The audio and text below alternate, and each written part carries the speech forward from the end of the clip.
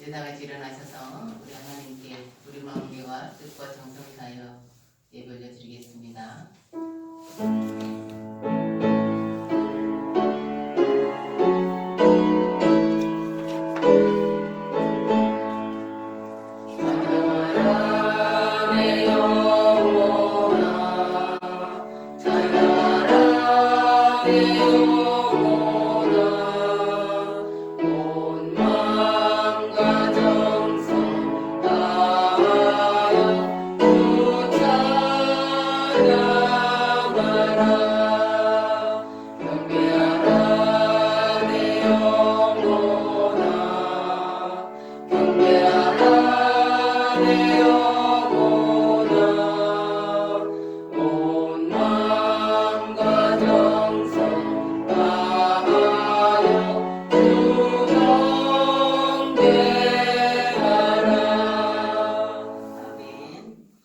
그러므로 형제들아 내가 하나님의 모든 자비하심으로 너희를 권하노니 너희 몸을 하나님이 기뻐하시는 거룩한 산 제물로 드리라. 이는 너희가 드릴 영적 예배니라. 아멘.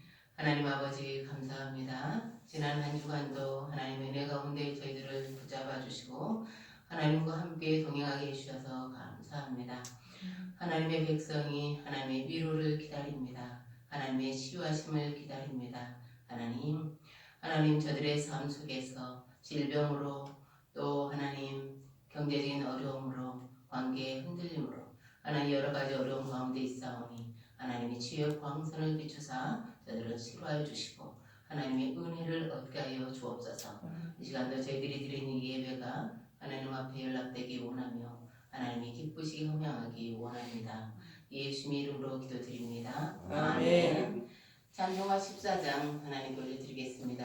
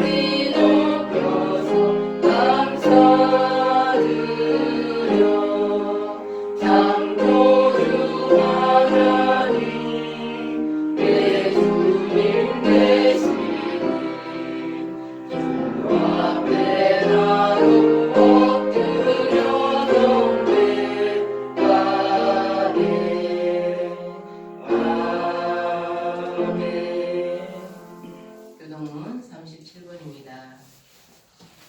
교동문 37번입니다.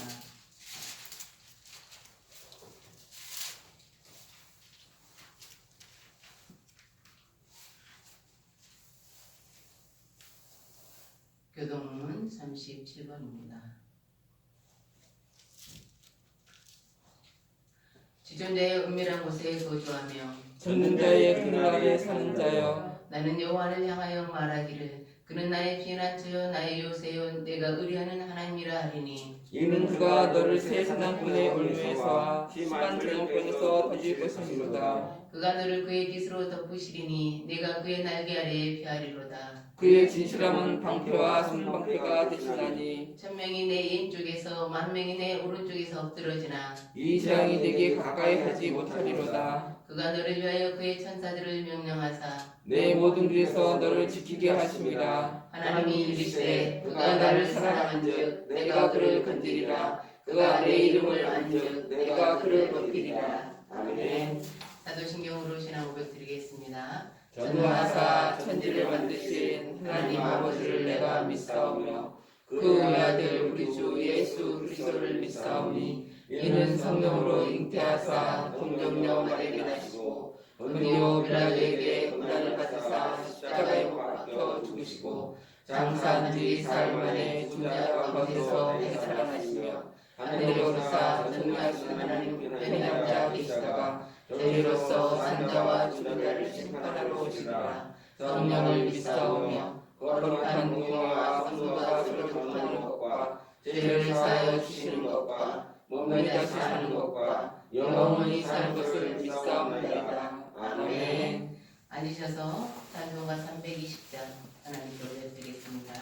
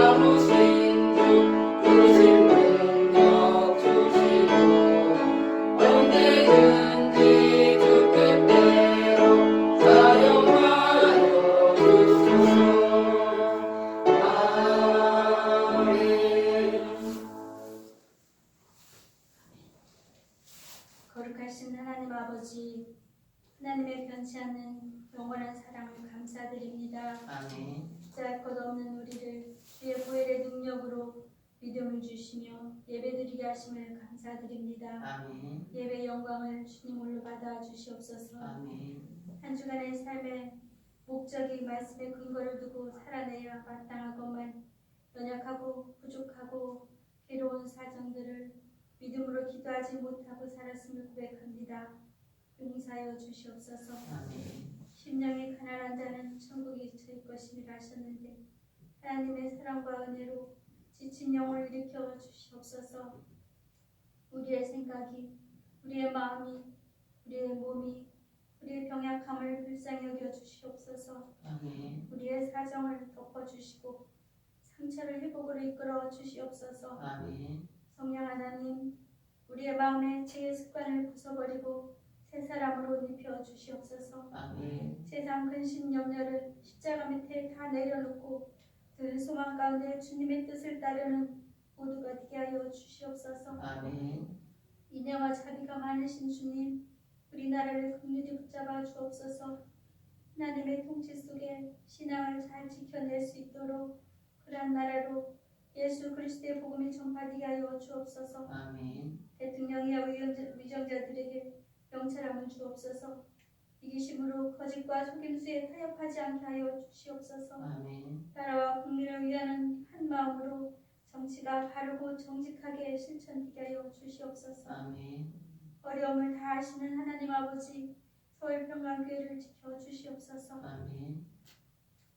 코로나로 한파로 여러 가지 위기를 맞닥뜨리며 경제적 어려움들과 또 병상 중에 어렵고 불편하고 고통 중에 처한 성도들, 힘든 시기를 지날 때 하나님 함께하여 주시옵소서. 아멘. 이 계기가 하나님의 선하신 위로를 맛보며 주님을 깊이 만나고 십자가의 화평을 이루어지는 중한 시간으로 이루어지게 하여 주옵소서. 아멘. 각 가정들 하나님 아버지의 마음을 헤아리는 주의 자녀로 진리와 사랑으로 분별되고 하나님을 경외하는 믿음의 가정들로 세워지길 간절히 간구드립니다.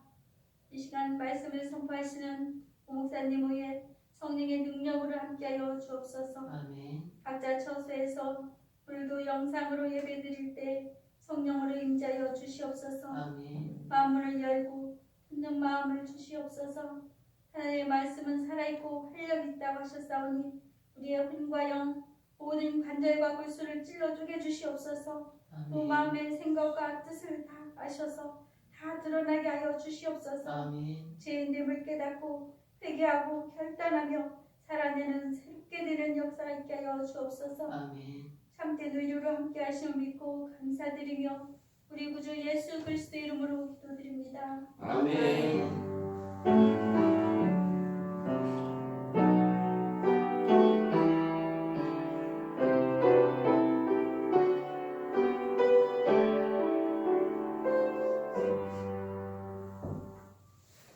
하나님께서 오늘 저희들에게 주신 말씀은 사무엘상 3장 1절에서 21절까지 말씀입니다. 하나님께서 저희들에게 주신 말씀은 사무엘상 3장 1절에서 21절 3장 전체입니다. 21절의 말씀입니다. 구약성경 412페이지 구약성경 412페이지 사무엘상 3장 1절에서 21절입니다. 우리 한번 교도하시겠습니다. 아이 사무엘이 엘리 앞에서 여호와를 섬길 때에는 여호와의 말씀이 희귀하여 이상의 눈이 보이지 않았더라. 엘리의 눈이 점점 어두워가서 잘 보지 못하는 그때에 그가 자기 처소에 누웠고 하나님의 등불은 아직 꺼지지 아니하였으며 사무엘은 하나님의 궤에 있는 여호와의 전 안에 누웠더니 여호와께서 사무엘을 부르시는지라 그가 대답하되 내가 여기 있나이다 하고 엘리에게로 달려가서 이르되 당신이 나를 부르셨기로 내가 여기 있나이다 하니 그가 이르되 나는 부르지 아니하였으니 다시 누우라 하는지라 그가 가서 누웠더니 여호와께서 다시 사무엘을 부르시니라. 사무엘이나 엘리에게로 가서 이르되 당신이 나를 부르셨기로 내가 여기 있나이다 하니 그가 대답하되 내 아들아 내가 부르지 아니하였으니 다시 누우라 하니라. 사무엘이 아직 여호와를 알지 못하고 여호와의 말씀도 아직 그에게 나타나지 아니한데라. 여호와께서 세 번째 말씀을 부르신지라. 그가 일어나 엘리에게 가서 이르시되 당신이 나를 부르셨기로 내가 여기 있나이다 하니 엘리가 여호와께서 이 아이를 부르신 줄 깨닫고 엘리가 사무엘에게 이르되 가서 누웠다가 그가 너를 부르시거든 내가 말하기를 여호와여 말씀하옵소서 주의 종이 듣겠나이다 하니 이에 사무엘이 가서 자기 처소에 누우니라. 여호와께서 임하여서서 전과 같이 사무엘아 사무엘아 부르시는지라. 사무엘이 이르되 말씀하소서 주의 종이 듣겠나이다 하니 여호와께서 사무엘에게 이르시되 보라 내가 여호와 이스라엘 중에 한 일을 행하리니 그것을 듣는 자마다 두기가 울리리라. 내가 엘리의 집에 대하여 말한 것을 처음부터 끝까지 그날에 그에게 다 이루리라. 내가 그의 집을 영원토록 심판하겠다고 그에게 말한 것은 그가 하는 죄악 때문이니 이는 그가 자기의 아들들이 저주를 자청하되 금하지 아니하였음이니라. 그러므로 내가 엘리의 집에 대하여 맹세하기를 엘리 집의 죄악은 제물로나 예물로나 속히 속죄함을 받지 못하리라 하느라 하더라.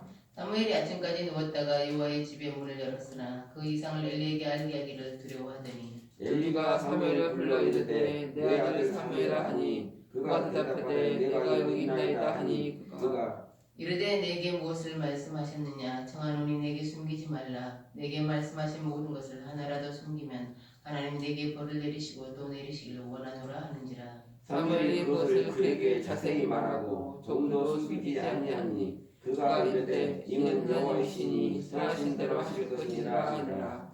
사무엘이 사람의 여호와께서 그와 함께 계셔서 그의 말이 하나도 땅에 떨어지지 않게 하시니 단에서부터 베르사바까지 온 이스라엘이 사무엘은 여호와의 선지자로 세우심을 묻을 줄 알았더라. 여호와께서 실로에서 다시게 나타나시되 여호와께서 실로에서 여호와의 말씀으로 사무엘에게 자기를 나타나시니라. 아멘. 기도하겠습니다.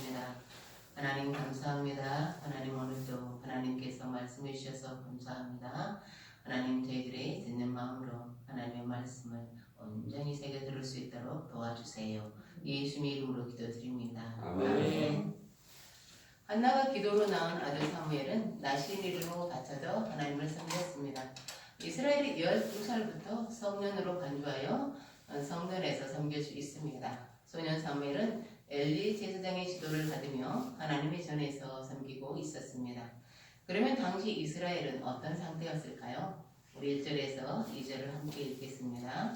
1절에서 2절입니다. 시작. 아이 사무엘이 엘리 앞에서 여호와를 섬길 때에는 여호와의 말씀이 희귀하여 이상이 눈이 보이지 않았더라. 엘리의 눈이 점점 어두워가서 잘 보지 못하는 그때에 그가 자기 처소에 누웠고. 아멘. 1절은 이렇게 말씀하고 있어요. 여호와의 말씀이 희귀하여 이상이 눈이 보이지 않았더라. 본문의 시대는 역사적으로 사사 시대의 말기입니다.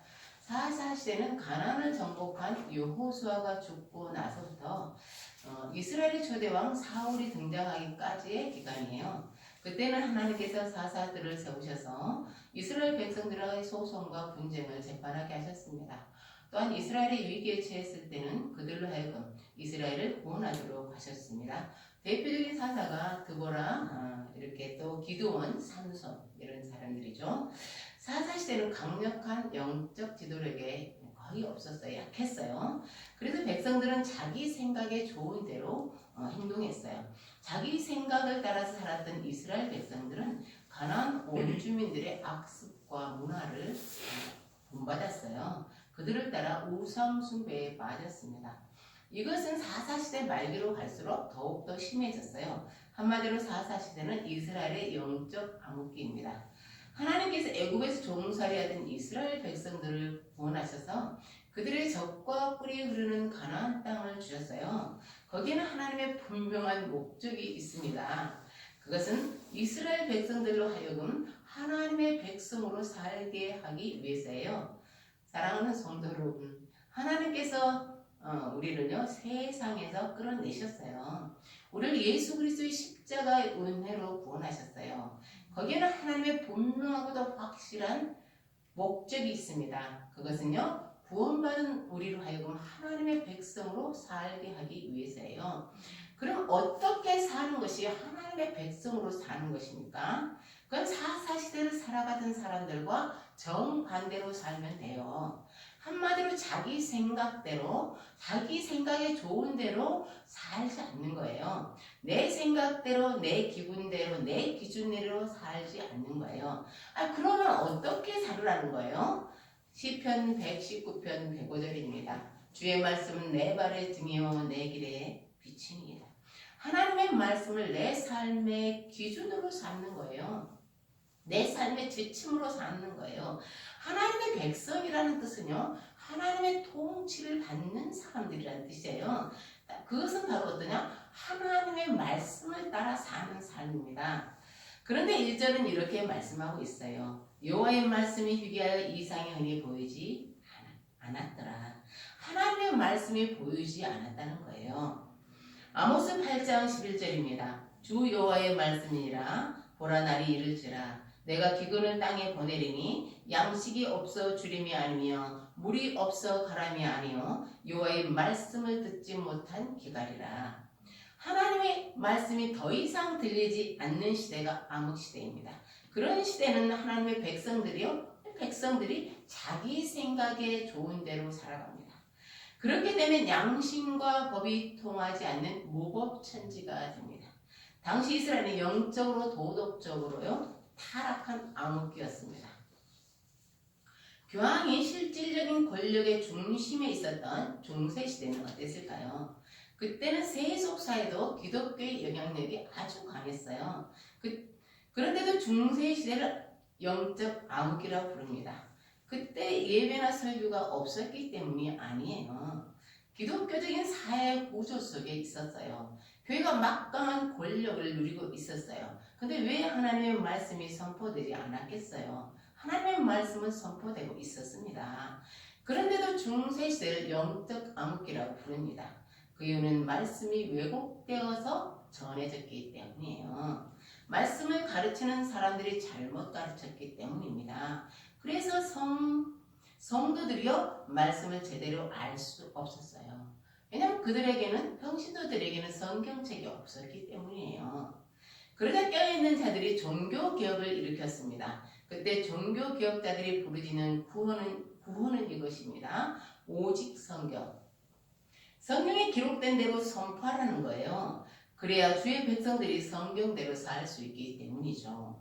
복음은 하나님의 말씀이 바르게 선포되고 하나님의 말씀을 받는 자들이 진리로 받아들이고 하나님의 백성들이 말씀대로 사는 거예요.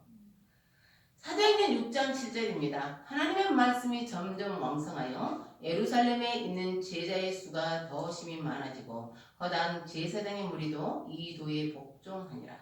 부흥의 시대는 하나님의 말씀이 존중되는 시대입니다. 하나님의 말씀이 그들의 백성의 삶 속에서 역사하는 시대예요. 그는 사무엘이 하나님의 전에 섬길 때는 하나님의 말씀이 희귀했습니다.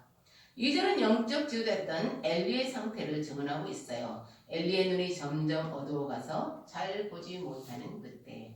엘리는 당시 98살의 고령이었어요. 그래서 육신의 눈이 보이지 않는 것은 어두워진 건 자연적인 현상입니다. 문제는 영적인 눈까지 어두워졌다는 거죠. 그의 아들들인 홈니와 비누아스는 제사장으로 있으면서 온갖 악행을 저질렀습니다. 그들은 성적으로 타락했고 재물을 탐했습니다. 한마디로 그들에게 하나님은 안중에도 없었습니다. 대제사장은 세습되었기 때문에 특별한 일이 일어나지 않는 한 그 아들 중에 하나가 엘리의 대를 잇게 될 것입니다. 이스라엘의 미래는 전혀 앞이 보이지 않았어요. 바로 그때 어느 날 밤 하나님께서 사무엘을 찾아오셨습니다. 우리 함께 4절에서 5절을 읽겠습니다. 4절에서 5절입니다. 시작. 여호와께서 사무엘을 부르시니라. 그가 대답하되 내가 여기 있나이다 하고 엘리에게로 달려가서 이르되 당신이 나를 부르셨기로 내가 여기 있나이다 하니 그가 이르되 나는 부르지 아니하였으니 다시 누구라 하는지라. 그가 가서 누웠더니 아멘. 사무엘은 그 전에 하나님의 음성을 들어본 적이 없어요. 그래서 하나님이 사무엘아 사무엘아 부르시자 엘리가 부른 줄 알고 그에게 달려갔습니다. 이것이 3번이나 반복되자 엘리는 하나님께서 사무엘을 부르신다는 것을 알게 되었어요. 사무엘에게 어떻게 해야 할지를 가르쳐 주었습니다. 우리 함께 10절을 읽겠습니다. 10절입니다. 10절 시작. 여호와께서 임하여 서서 전과 같이 사무엘아 사무엘아 부르시는지라. 사무엘이 이르되 말씀 없어서 주의 영이 뛰어나이다 하니 아멘. 드디어 사무엘이 하나님의 음성을 들을 준비가 되었습니다. 그런데 여러분, 하나님께서는 왜 사무엘을 찾아오셨을까요? 그건 새로운 시대, 말씀의 시대를 열기 위해서입니다. 하나님의 말씀이 희귀하던 시대에 하나님께서 사무엘을 찾아오셔서 말씀하셨어요. 말씀이 없어 방황하던 이스라엘 백성들에게 하나님의 말씀이 선포될 수 있게 되었습니다. 하나님께 새로운 시대를 열기 위해서 가장 먼저 하신 일은요, 당신의 종을 찾아오신 것입니다. 그러면 새로운 시대를 열기 위해서 두 번째 하신 일이 무엇일까요? 그것은 과거를 청산하는 일입니다. 11절입니다. 보라, 내가 이스라엘 중에 한 일을 행하리니 그것을 듣는 자마다 두 귀가 울리리라. 하나님께서 어떤 일을 행하시겠다는 거예요. 그런데 그 말을 듣는 사람들이 귀가 울릴 거라는 거예요. 귀가 울린다는 것은 어때요? 두 귀가 너무 무서워서 두 귀가 멍멍해진다는 것이죠. 사람들이 깜짝 놀랄 심판을 행하시겠다는 것입니다. 우리나라는 역사의 굴곡이 많은 나라죠. 그런데 역사의 큰 물줄기가 바뀔 때마다 제대로 된 청산을 하지 못했습니다. 그 예로 일제강점기 때 일제 앞잡이 노릇을 했던 사람들이 다시 지도자급 자리에 있었습니다. 그들이 계속 그 자리에 있었기 때문에 역사는 왜곡될 수밖에 없었습니다. 그래서 청산되지 못한 유산이 지금까지 내려오고 있습니다.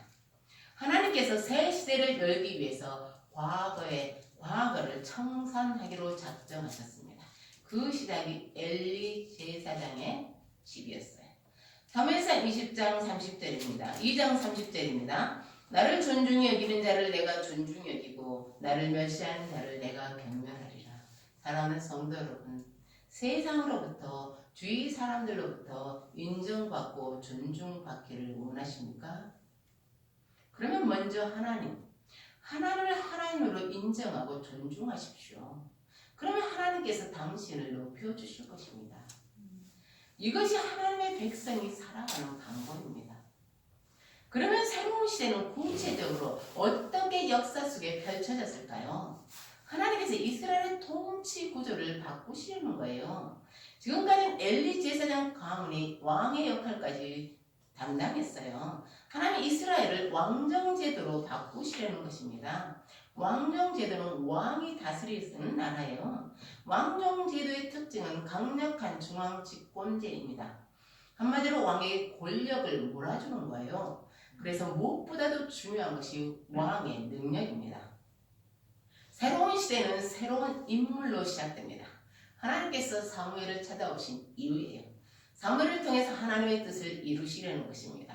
사무엘의 초대왕인 사울과 다윗을 기름부어 왕으로 세웠습니다. 그러면 사무엘은 어떤 사람이었을까요? 하나님께서 사무엘을 찾아오실 때 그는 어떤 사람이었을까요? 우리는 지난주에 한나의 기도를 통해서 사무엘이 태어났다는 것을 알고 있죠. 한나가 서원 기도를 해서 낳은 아들이죠. 그의 나이는 대략 12살 정도였다는 것을 알 수 있죠. 왜냐하면 성전에서 섬기고 있었기 때문입니다. 그리고 그는 하나님과 사람들에게 인정받았습니다.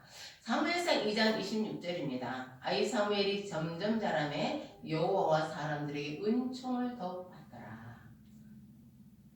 역사의 주권자이신 하나님께서 당신의 종을 선택하셨어요. 새로운 시대를 그와 함께 열기 위해서입니다. 그는 하나님과 함께 새로운 역사를 기록할 거예요.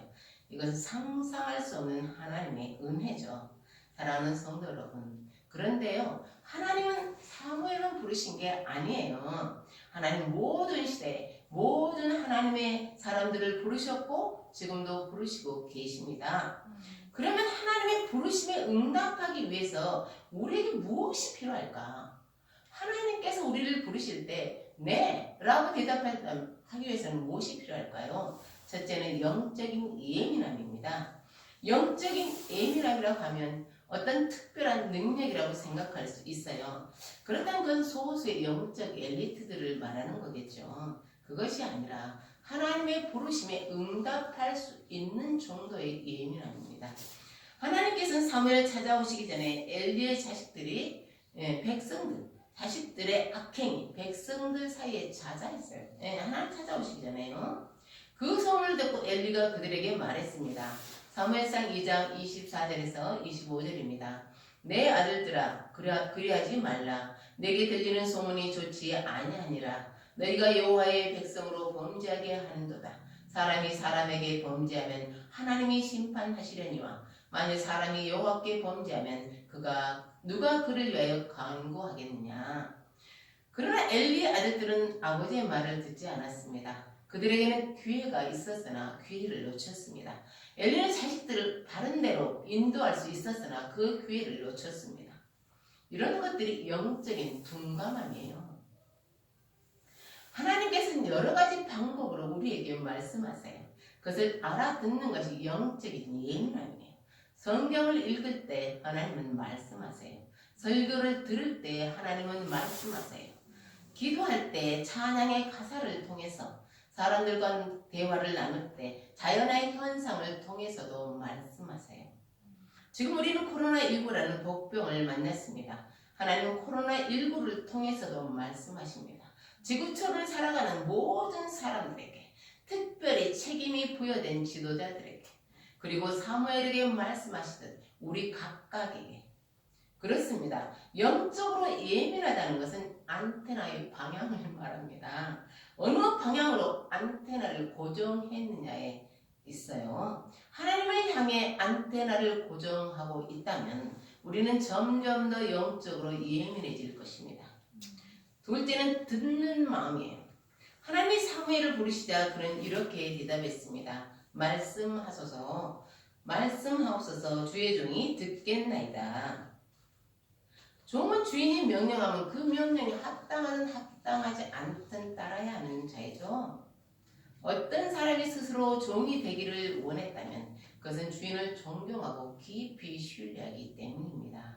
주인이 무슨 명령을 하든지 그것이 올 것이라는 것, 그것이 올바르다는 걸 너무나 믿기에 언제든지 따를 준비가 되어 있는 거예요. 예수님은 바울을 부르셔서 구원하셨죠. 그를 일꾼으로 부르셨어요. 하지만 예수님은 너는 나의 종이 되어야 한다 라고 구체적으로 말씀하신 건 아니에요. 그런데 바울은 자신을 항상 이렇게 소개합니다. 나는 예수 그리스도의 종 바울입니다. 그는 예수를 주인으로 자신의 왕으로 섬김에 있어서 0.1%도 불만이 없었습니다. 그는 항상 주인의 말씀을 들을 준비가 되어 있었습니다. 말씀하옵소서 주의 종이 듣겠나이다. 솔로몬이 하나님께 1000번제를 드리던 밤에 하나님께서 그의 꿈에 나타나서 그의 소원을 물었습니다. 질문하셨어요. 그가 하나님께 구한 것은 듣는 마음이었어요. 그러면 그가 듣기를 원하는 게 무엇이었습니까? 하나님의 율법과 공의를 들을 수 있는 마음입니다. 그는 하나님께서 백성을 다스리시는 원리를 조심스럽게 듣기를 원했습니다. 그것은 다른 말로 지혜라고 합니다. 그럼 어떻게 해야 듣는 마음을 가질 수 있을까요? 관심을 표현하는 단어 중에는 경청이 있습니다. 한문으로는 어때요? 기울일 경에 들을 청입니다. 한마디로 주의를 기울여서 듣는 것입니다. 경청의 기본은 상대방의 말을 그대로 들어주는 거예요. 자기식으로 해석하지 않는 겁니다. 그러면 점점 더 잘 듣게 돼요. 그러면 나중에는 상대가 말하지 않는 진실까지도 들을 수 있게 되죠. 자기 세계, 자기 생각에 갇힌 사람들이 있어요. 그런 사람들은 상대의 말을 제대로 들을 수 없어요. 상대의 말을 자기 생각이라는 필터에 걸려서 듣기 때문이에요. 결국 그들이 들은 것은 타인의 생각이 아니라 자기 생각입니다. 그것은 어떤 의미에서 기모거리예요. 예수님 자주 이렇게 말씀하셨습니다. 귀 있는 자는 들을지어다.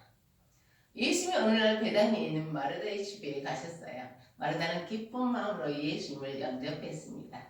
예수님을 모시기 위해서는 여러 가지 준비가 필요했어요. 식사도 그렇고요. 예수님은 혼자 오시는 분이 아니지 않습니까? 그런데 동생인 마리아가 언니를 도와주지 않았어요.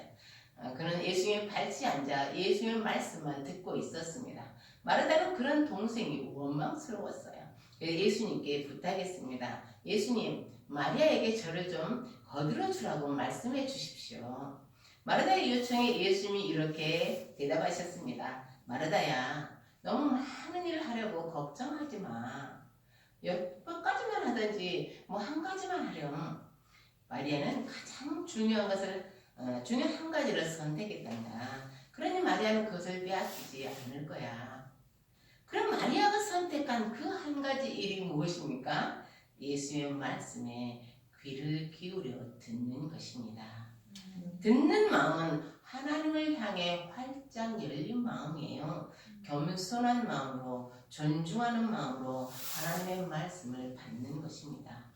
마리아는 예수님이 십자가에 못 박히시기 전에 마지막으로 그분을 섬긴 사람입니다. 그는 지극히 비싼 향유를 예수님의 발에 붓고 자기 머리털로 그분의 발을 씻었습니다.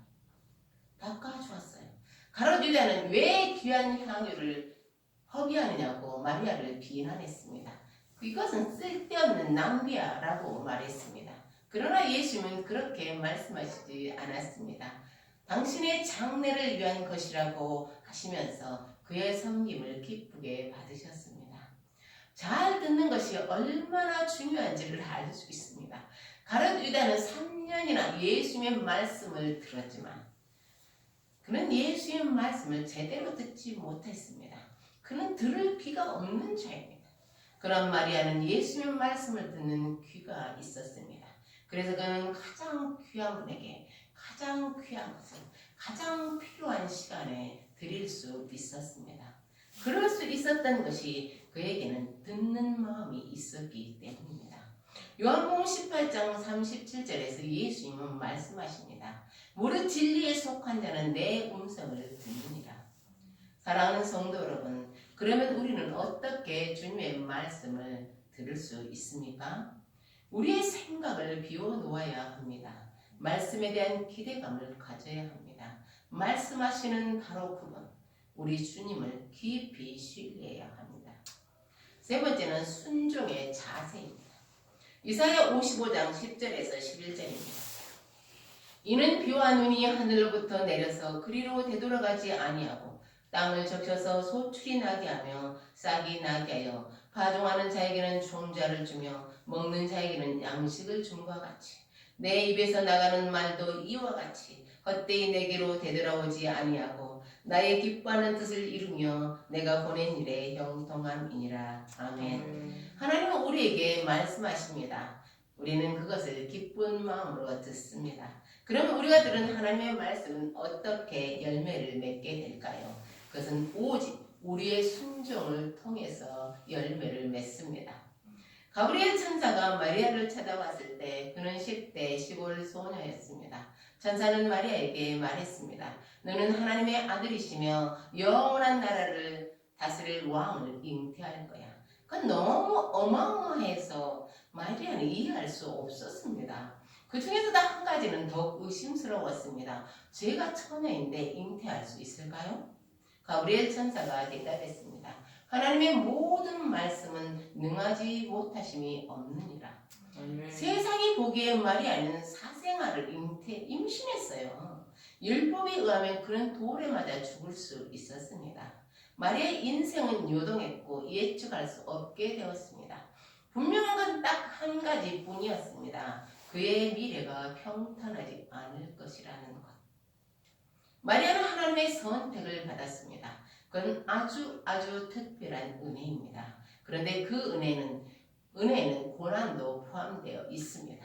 그런데 마리아는 이렇게 대답했습니다. 주의 종이오니 주의 뜻이 내게 이루어지이다. 하나님의 말씀이 우리 가운데서 열매를 맺기 위해서는 하나님 앞에 순종하는 한 사람이 있어야 합니다. 요한복음 12장 24절입니다. 내가 진실로 너희에게 이르노니 한 알의 밀이 땅에 떨어져 죽지 아니하면 한 알 그대로 있고 죽으면 많은 열매를 맺느니라. 아멘. 하나님의 부르심에 사무엘은 이렇게 대답했습니다. 말씀하옵소서 주의 종이 듣겠나이다. 하나님의 부르심에 이렇게 대답하는 것은 네 하나님 순종하겠습니다 라는 뜻입니다. 사랑하는 성도 여러분, 우리는 무엇으로 우리가 하나님을 사랑한다고 말할 수 있어요? 우리는 무엇으로 하나님께 우리의 사랑을 증명할 수 있습니까? 우리는 오직 순종을 통해서만 그분을 향한 사랑을 증명할 수 있습니다. 요한복음 14장 21절입니다. 나의 계명을 지키는 자라야 나를 사랑하는 자니. 그러면 사무엘의 첫 번째 순종은 무엇이었을까요? 그건 자신을 돌봐주는 영적 아버지인 엘리 제사장 가문의 완전한 몰락을 선포하는 것입니다. 사무엘은 엘리 제사장의 그 말씀을 선포해야 했습니다. 그건 인간적으로 너무나 고통스러운 일이었습니다. 그렇습니다. 하나님께 순종한다는 것은 우리의 생각이나 가치관을 내려놓아야 하는 일입니다. 하나님 뜻이 최우선적으로 존중되어야 합니다. 사무엘은 하나님 말씀에 순종했고 하나님 말씀으로 역사하는 시대를 여셨습니다. 우리 함께 19절에서 20절을 읽겠습니다. 19절에서 20절입니다.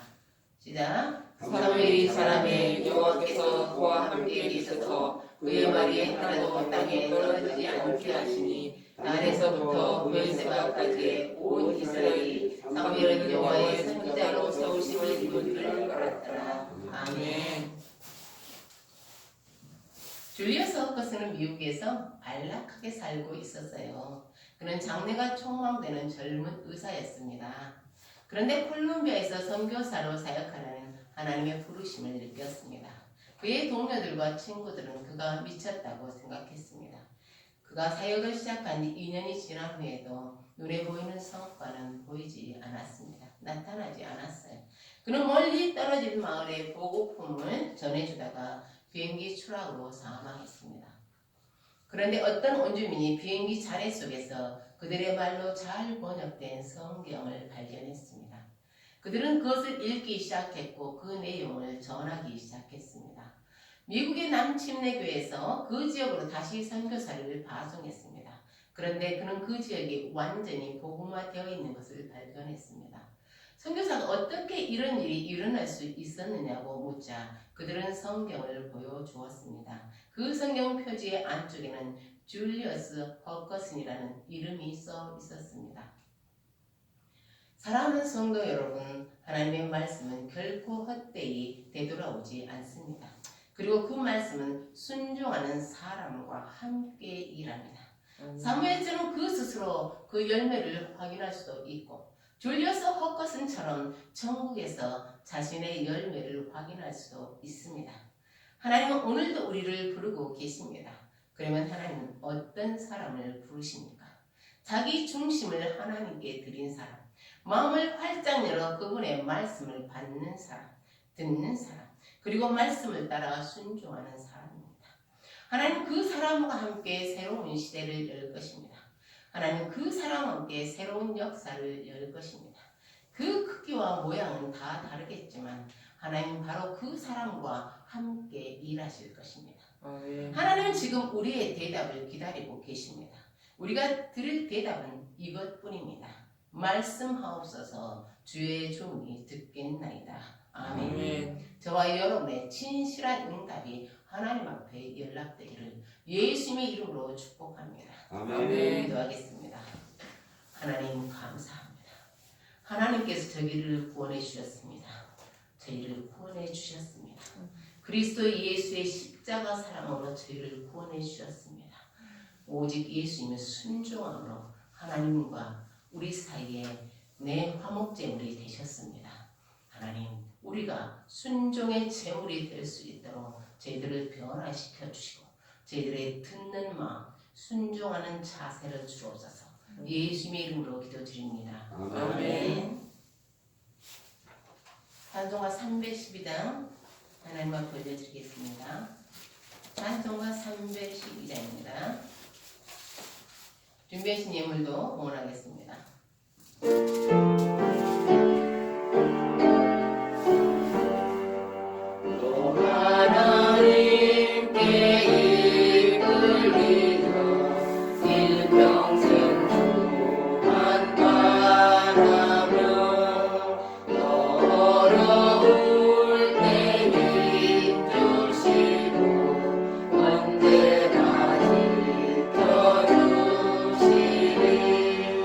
주 크신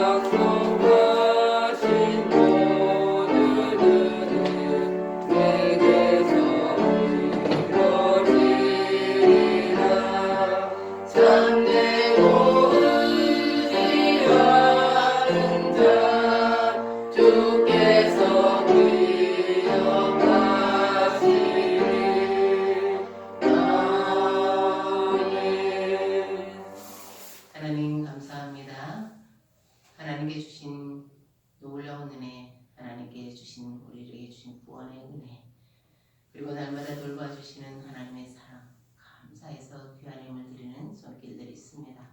하나님께서 우리의 사정을 아십니다. 우리의 형편을 아십니다. 우리의 소망을 아십니다. 하나님께서 일일이 기억해 주시고 하나님 저들의 소망 가운데 함께해 주옵소서. 이에 우리 하나님 나라의 귀하게 사용되기를 소망합니다. 예수님의 이름으로 기도드립니다. 아멘.